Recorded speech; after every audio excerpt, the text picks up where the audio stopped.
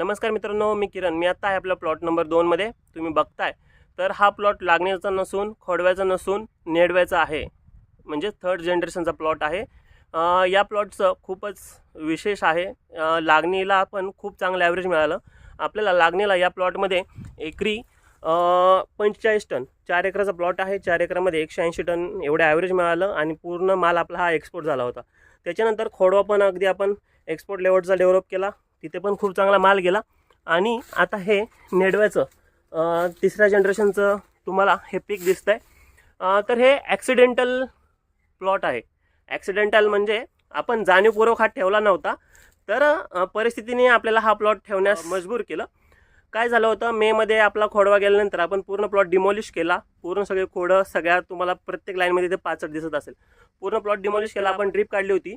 पण पाऊस जो सुरू झाला त्या पावसामुळे आपल्याला याच्यात ट्रॅक्टर चालत नव्हता पुन्हा रान नीट करायला, तर प्लॉट ऑप्शवर येत नव्हता. त्याच्यामुळे आपण नंतर असं डिसिजन घेतलं की चला आपण ह्या प्लॉटला ठेवूया. जे पिल्ला आले होते त्यातून एक सिलेक्शन केलं आणि हा प्लॉट नंतर डेव्हलप केला. खूप सुंदर असा प्लॉट डेव्हलप झाला आहे 4 महिन्यातच बघा. आणि आत्ताच 36 इंचाचे बुंदे एवढे डेव्हलप झालेत. आणि हा प्लॉट अजून काही दिवस डेव्हलप होणार आहे. खूप सुंदर असा प्लॉट डेव्हलप होतोय. तुम्हाला कसं वाटतं नक्की सांगा. आता आपण याच्यात फंगीसाइड आणि इन्सेक्टिसाइडचा प्रिव्हेंटिव्ह स्प्रे घेतोय. बाकी तुम्हाला खूप साऱ्या शुभेच्छा आणि धन्यवाद.